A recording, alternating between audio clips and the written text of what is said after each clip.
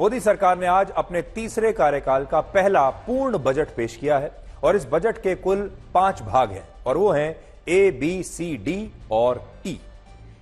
इनमें ए का मतलब है आंध्र प्रदेश, बी का मतलब है बिहार, सी का मतलब है मिडिल क्लास, डी का मतलब है डेवलपमेंट यानी विकास और ई का मतलब है इकोनॉमी।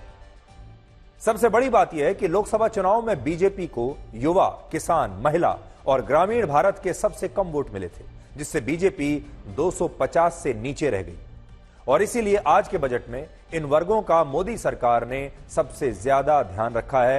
यानी बीजेपी ने अपना सबक ले लिया है कि उसकी इस बार जो 240 लोकसभा सीटें आई हैं उसका असर आपको इस बजट में दिखाई दे रहा है। आज वित्त मंत्री निर्मला सीतारमण ने लगातार 7वीं बार आम बजट पेश करने का एक नया रिकॉर्ड बना दिया, जिसमें उनका बजट भाषण 83 मिनट का था और उन्होंने इस आम बजट को रोजगार, प्रशिक्षण, मध्यम वर्ग और छोटे उद्योगों और व्यापारियों पर केंद्रित बताया है। लेकिन अगर हम इस बजट को एक फिल्म का नाम दें तो वो फिल्म होगी RRR। ये एक बड़ी सुपरहिट फिल्म थी, आपको भी याद होगा। इसमें पहले आर का मतलब है रोटी, जिसमें सरकार ने देश के 80 करोड़ गरीबों को मुफ्त राशन देने से लेकर कई बड़ी योजनाओं का ऐलान किया है। तो सबसे पहले उसने सुनिश्चित किया है कि सबको रोटी जरूर मिले। दूसरे आर का मतलब है रोजगार, जिसमें सरकार ने हर साल 20 लाख युवाओं को इंटर्नशिप प्रोग्राम से जोड़ने का लक्ष्य रखा है और उन्हें हर महीने 5,000 रुपए का वेतन देने का ऐलान किया है। तो रोटी हो गया, रोजगार हो गया और तीसरे आर का मतलब है राजनीति, क्योंकि इसमें गठबंधन की राजनीति का खास तौर पर ध्यान रखा गया है और इसमें आंध्र प्रदेश और बिहार को लेकर कई बड़े बड़े ऐलान किए गए हैं, जिन पर अब काफी राजनीति हो रही है। विपक्षी पार्टियों का कहना है कि आपने बाकी राज्यों के साथ भेदभाव किया है और सारा पैसा आंध्र प्रदेश और बिहार पर लुटा दिया, इसलिए क्योंकि चंद्रबाबू नायडू और नीतीश कुमार आज प्रधानमंत्री मोदी के सहयोगी हैं। तो बड़ी बात यह है कि इस लोकसभा चुनाव में जो कुछ हुआ और बीजेपी को जिस तरह 240 सीटें मिली, क्या उससे इस बार मोदी सरकार ने कुछ सीखा है? तो बड़ी बात यह है कि चुनाव में 2-3 मुद्दे थे जो मोदी सरकार के खिलाफ गए थे, जिनमें से बेरोजगारी का मुद्दा है, युवा खुश नहीं थे, महंगाई का मुद्दा था और भी कई मुद्दे थे। तो आज हम आपको यह बताएंगे कि क्या इन नतीजों से सरकार ने कोई सबक सीखा है और क्या वो सबक आपको इस बजट में दिखाई दे रहा है। तो पहला सबक तो यह है कि युवाओं को खुश रखना है, क्योंकि यही युवा आगे चलकर आपके वोटर बनेंगे और युवाओं को खुश किए बिना अब इस देश में कोई सरकार बन नहीं सकती। क्या युवा आपसे खुश हैं? तो इसलिए आज भारत के युवाओं के लिए मोदी सरकार ने एक नहीं बल्कि 7 बड़ी घोषणाएं की हैं, जिनमें पहली बड़ी घोषणा प्रोविडेंट फंड को लेकर है। तो हमारे देश के जो युवा हैं और उनके माता पिता जो हैं, परिवार के लोग हैं, वो ध्यान से सुन लें कि युवाओं के लिए क्या नया आ रहा है जिससे आपकी कुछ आमदनी बढ़ सकती है। सरकार का कहना है कि जब भी कोई युवा अपनी पहली नौकरी के बाद एम्प्लॉइज प्रोविडेंट फंड यानी EPF के लिए रजिस्टर अपने आप को करेगा या उसका रजिस्ट्रेशन होगा, तब उस युवा को सरकार की तरफ से 3 किश्तों में 15,000 रुपए दिए जाएंगे और यह लाभ उन 2 करोड़ युवाओं को मिलेगा जिनकी मासिक तनख्वाह 1 लाख या उससे कम है। दूसरा, कर्मचारियों को उनके वेतन के अलावा उनकी कंपनी की तरफ से जो प्रोविडेंट फंड मिलता है, उस PF में सरकार की तरफ से सभी कंपनियों को 2 वर्षों तक 3,000 रुपए प्रति महीने तक की आर्थिक मदद दी जाएगी, जिससे ये कंपनियां नई नौकरियों की भर्ती के लिए प्रोत्साहित होंगी और इससे 50 लाख नौकरियां पैदा होंगी, जिसका सीधा फायदा देश के युवाओं को मिलेगा। तीसरा, इसमें मैन्युफैक्चरिंग सेक्टर से जुड़े फर्स्ट टाइम एम्प्लॉइज को उनके प्रोविडेंट फंड में जमा हुई राशि के आधार पर पहले 4 साल तक इंसेंटिव मिलेगा, जिससे 30 लाख युवाओं को एक्स्ट्रा फायदा होगा। चौथा, युवाओं के कौशल विकास के लिए 1000 इंडस्ट्रियल ट्रेनिंग इंस्टीट्यूट्स अपग्रेड किए जाएंगे। पांचवां, कौशल विकास के लिए हर वर्ष 25,000 युवाओं को 7.5 लाख रुपए तक का स्किल लोन दिया जाएगा। छठा, जिन युवाओं को सरकार की किसी योजना का लाभ नहीं मिलता, उन्हें भारत के शिक्षण संस्थानों में पढ़ाई करने के लिए 10 लाख रुपए तक का एजुकेशन लोन दिया जाएगा और इस लोन पर ब्याज का 3% पैसा सरकार भरेगी और इसके लिए भी ई-वाउचर्स लाए जाएंगे जो हर साल 1 लाख छात्रों को मिलेंगे। और इन सभी घोषणाओं से आप समझ सकते हैं कि सरकार का पूरा जोर युवाओं को नौकरियों के लिए काबिल बनाने पर है और सरकार अब रोजगार के मुद्दे को बहुत गंभीरता से ले रही है। एक दिन पहले ही सरकार ने अपने आर्थिक सर्वेक्षण में यह बताया था कि भारत में जिन युवाओं के पास ग्रेजुएशन की डिग्री है, उनमें हर 10 में से 5 युवा रोजगार के काबिल नहीं है और इसी के कारण सरकार ने अपने बजट में युवाओं के कौशल विकास पर ज्यादा जोर दिया है और हर साल 20 लाख युवाओं को स्किल्ड बनाने का लक्ष्य रखा गया है। और यह बहुत बड़ी चुनौती है भारत की, क्योंकि भारत में बड़ी संख्या में जो युवा हैं उनके पास स्कूल की, कॉलेज की डिग्री तो है, सर्टिफिकेट तो है डिग्री का, लेकिन उनके पास स्किल नहीं है, यानी वो कोई नौकरी करने के काबिल नहीं है। और अब यही सबसे बड़ी चुनौती है। सरकार चाहती है कि इन सब युवाओं के पास कोई ना कोई हुनर होना चाहिए, कोई ना कोई स्किल होना चाहिए, जिसके आधार पर उन्हें कोई कंपनी नौकरी पर रख सके। ये नई जातियों वाला बजट है, जिसमें युवा, महिला, किसान और गरीब जाति के लोगों के लिए कई बड़ी योजनाएं हैं। और ये बजट ज्ञान पर आधारित है। ज्ञान का मतलब, जिसमें जी का मतलब गरीब, वाई का मतलब युवा, ए का मतलब अन्नदाता और एन का मतलब नारी। इनमें भी गरीबों के लिए सरकार ने कई बड़ी घोषणाएं की हैं। सरकार ने देश के 80 करोड़ लोगों को हर महीने 5 किलो राशन मुफ्त देने की योजना अगले 5 वर्षों के लिए बढ़ा दी है, जिस पर सरकार लगभग 2 लाख करोड़ रुपए खर्च करेगी। तो इसलिए जितने भी गरीब लोग हैं हमारे देश में, जिनकी संख्या 80 करोड़ है, उन्हें अगले 5 वर्षों तक मुफ्त अनाज मिलता रहेगा। इसके अलावा किसानों को खाद पर सब्सिडी देने के लिए 1,19,000 करोड़ रुपए खर्च होंगे। गरीबों के लिए पक्के मकान बनाने पर 85,000 करोड़ रुपए, गरीब किसानों को हर साल 6,000 रुपए की आर्थिक सहायता देने पर 60,000 करोड़ रुपए खर्च होंगे और पोषण सब्सिडी पर 45,000 करोड़ रुपए, जल जीवन मिशन पर 70,000 करोड़, देश में नई रेल लाइन बिछाने पर 69,000 करोड़, मनरेगा के तहत गरीब मजदूरों को 86,000 करोड़ रुपए मिलेंगे और सड़क निर्माण पर 1,15,000 करोड़ रुपए सरकार खर्च करने वाली है। गरीबों के अलावा किसानों के लिए भी इस बजट में बहुत कुछ होगा। सरकार ने किसानों के लिए इस बार के बजट में लगभग 6% की वृद्धि की है और कृषि बजट को 1,25,000 करोड़ रुपए से बढ़ाकर 1,32,000 करोड़ रुपए कर दिया है। दूसरा, सरकार ने दालों के उत्पादन के मामले में भारत को आत्मनिर्भर बनाने का लक्ष्य रखा है, इसलिए दालों के उत्पादन पर बहुत जोर दिया जाएगा। तीसरा, अब 1 करोड़ किसानों को प्राकृतिक खेती के लिए तैयार किया जाएगा। चौथा, किसानों की मदद के लिए 5 राज्यों में नए किसान क्रेडिट कार्ड्स जारी किए जाएंगे। और पांचवां, फसलों की पैदावार को मौसम के बुरे प्रभाव से बचाने के लिए युद्ध स्तर पर कोशिश होगी और देश में 32 फसलों की 109 किस्में लाई जाएंगी, जिन पर मौसम की मार का असर नहीं होगा, जो मौसम से बच जाएंगी।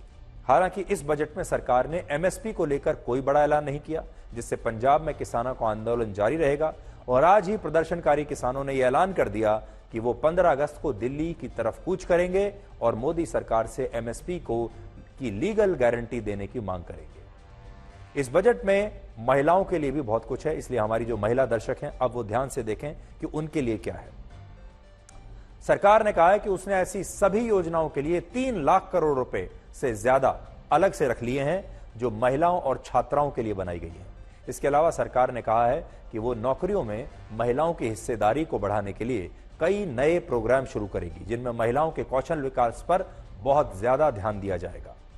इसी बजट में सरकार ने 1 करोड़ घरों को हर महीने सौर ऊर्जा से बनी 300 यूनिट तक मुफ्त बिजली देने का ऐलान किया है और कुछ चुने हुए शहरों में 100 साप्ताहिक स्ट्रीट फूड हब बनाने का लक्ष्य रखा है। और प्रधानमंत्री मोदी ने कहा है कि यह देश को समृद्धि के रास्ते पर ले जाने वाला बजट है, जिससे भारत के मिडिल क्लास को ताकत मिलेगी। आपको यह बताते हैं कि सरकार ने इनकम टैक्स को लेकर इस बार बड़े बदलाव क्या किए हैं मिडिल क्लास के लिए। हमारे देश में इनकम टैक्स को लेकर 2 प्रणाली या 2 रिजीम चल रहे हैं, जिनमें पुरानी प्रणाली को ओल्ड टैक्स रिजीम कहते हैं और नई को न्यू टैक्स रिजीम कहते हैं। सरकार ने लोगों को यह विकल्प दिया है कि वो इन दोनों में से किसी भी प्रणाली के तहत अपनी आय पर सरकार को टैक्स दे सकते हैं। और क्योंकि केंद्र सरकार चाहती है कि देश में लोग न्यू टैक्स रिजीम को ज्यादा अपनाएं, इसलिए उसने आज इस नए टैक्स रिजीम के टैक्स स्लैब्स और स्टैंडर्ड डिडक्शन में बदलाव किया है। इसे और आकर्षक बनाया है ताकि लोग इसकी तरफ आकर्षित हों। सरकार ने स्टैंडर्ड डिडक्शन को 50,000 रुपए से बढ़ाकर 75,000 रुपए कर दिया है और टैक्स स्लैब में भी कई बड़े बदलाव किए हैं। जैसे पहले 3 से 6 लाख रुपए की आय पर 5% टैक्स लगता था, लेकिन आज से 3 से 7 लाख रुपए की आय पर 5% टैक्स आपको देना पड़ेगा। इसी तरह पहले 6 से 9 लाख रुपए वार्षिक की आय पर 10% टैक्स लगता था, लेकिन अब 7 से 10 लाख रुपए की आय पर आपको 10% टैक्स देना होगा। पहले 9 से 12 लाख रुपए की आय पर 15% टैक्स था, अब 10 से 12 लाख रुपए की आय पर यह टैक्स लगेगा। जबकि पहले 12 से 15 लाख की आय पर 20% और 15 लाख से ज्यादा की आय पर 30% टैक्स लगता था, जिसमें आज सरकार ने कोई बदलाव नहीं किया है। लेकिन सरकार ने न्यू टैक्स रिजीम में 3 से 12 लाख रुपए की आय के टैक्स स्लैब को अब बदल दिया है। और क्या आप जानना चाहेंगे कि इस बदलाव से देश के टैक्स पेयर्स को कितना बड़ा फायदा होने वाला है? तो फायदा जरा गिन लीजिए। अगर किसी व्यक्ति की सालाना आय 8 लाख रुपए है तो उसे आज के फैसले से हर महीने 650 रुपए का फायदा होगा, पूरे 650 रुपए। अगर किसी व्यक्ति की सालाना आय 10 लाख रुपए है तो उसे हर महीने अब 867 रुपए का फायदा होगा, और अगर किसी की सालाना आय 20 लाख रुपए है तो उसे हर महीने 1517 रुपए का फायदा होगा। और इसीलिए हमारे देश में जो लोग सरकार को अपनी आय पर इनकम टैक्स देते हैं, उनसे हम ये कहना चाहते हैं कि वो आज से अपना कोई बड़ा निवेश प्लान कर सकते हैं, क्योंकि आज के फैसले से उन्हें एक बहुत बड़ी रकम हर महीने बचने वाली है। जो मैं आपको बता रहा था, एक वर्ग ऐसा है जिससे हर महीने 650 रुपए बचेंगे, एक वर्ग ऐसा है जिससे हर महीने लगभग 850 रुपए बचेंगे, और एक वर्ग ऐसा है जिससे हर महीने 1500 रुपए के आसपास। मैं बड़ी स्क्रीन पर आपको और दिखाता हूं, जरा देखिए, एक बार आपको भी समझ में आ जाएगा। ये 3 हमने श्रेणियां ली हैं। एक में आपको 1500 रुपए महीना बचेगा, एक में 850 रुपए बचेगा, और एक में 650 रुपए बचेगा। इसलिए आप लोग आज से ही सोच सकते हैं कि आप हर महीने इस 650 रुपए की बड़ी रकम का क्या करेंगे। आप इसे कहां इन्वेस्ट करेंगे, इससे क्या खरीदेंगे? क्या आप इससे नई गाड़ी खरीदेंगे, कोई नया बड़ा स्मार्टफोन खरीदेंगे, क्या इससे मकान खरीदेंगे, क्या इससे कोई जमीन का टुकड़ा खरीदेंगे, या महंगे महंगे कपड़े खरीदेंगे? लेकिन आज से ही आप अपना निवेश प्लान कर लीजिए, क्योंकि आज से एक बहुत बड़ा वर्ग है, मध्यम वर्ग, जिसे 650 रुपए का फायदा होगा हर महीने, 850 रुपए का होगा, और एक वर्ग तो ऐसा भी है जिसे 1500 रुपए महीने का फायदा होगा। तो अब आप प्लान कर लीजिए कि इस पैसे को आप कहां निवेश करने वाले हैं। अभी तो आपको समझ में भी नहीं आएगा कि आप इतने पैसे का आखिर क्या करेंगे। जबरदस्त फायदा है, फायदा ही फायदा है। जब आप ये सब खरीदने जाएंगे जो मैं आपको बता रहा था, तो घबराइएगा नहीं, जो आप खरीदेंगे उस पर भी आपको अलग से टैक्स देना पड़ेगा, और ये टैक्स आपके जीवन भर, जब तक आप जिंदा हैं, कभी समाप्त नहीं होगा। खरीदेंगे तो भी टैक्स लगेगा, बेचेंगे तो भी टैक्स लगेगा। हमारे देश में अल्पसंख्यक उस वर्ग को कहते हैं जिसकी धर्म की आजादी सबसे कम मानी जाती है, या जिसकी संख्या सबसे कम है। लेकिन हमें लगता है कि भारत में असली अल्पसंख्यक वो टैक्स पेयर है जिनकी आबादी पूरे देश में सिर्फ 1.6% है। भारत में 142 करोड़ लोग रहते हैं, और अब तो 145 करोड़ हो चुके हैं। लेकिन इन 145 करोड़ लोगों में से अगर 142 के हिसाब से मैं कैलकुलेट करूं अभी भी, तो 2 करोड़ 24 लाख लोग ऐसे हैं जो टैक्स के रूप में सरकार को अपनी आय का एक हिस्सा टैक्स के रूप में देते हैं। और सबसे बड़ी बात यह है कि इस इनकम टैक्स से भारत सरकार को 19% की आमदनी होती है। सरल शब्दों में कहें तो भारत के ये 1.5% लोगों से सरकार अपनी आय का 19% हिस्सा खींच लेती है, और इसके बाद भी इन मुट्ठी भर टैक्स पेयर्स को कुछ नहीं मिलता। आप इसे ऐसे समझिए कि एक मधुमक्खी भी किसी फूल से उतना ही रस चूसती है जिससे वो फल मुरझाकर नष्ट ना हो। लेकिन हमारे देश की सरकारें मुट्ठी भर टैक्स पेयर से उनकी आय का इतना बड़ा हिस्सा चूस लेती हैं कि ये टैक्स पेयर बेबस होकर रह जाते हैं। आज दुनिया के जितने भी देशों में इनकम टैक्स की व्यवस्था है, उन देशों में सबसे कम टैक्स पेयर्स भारत में है।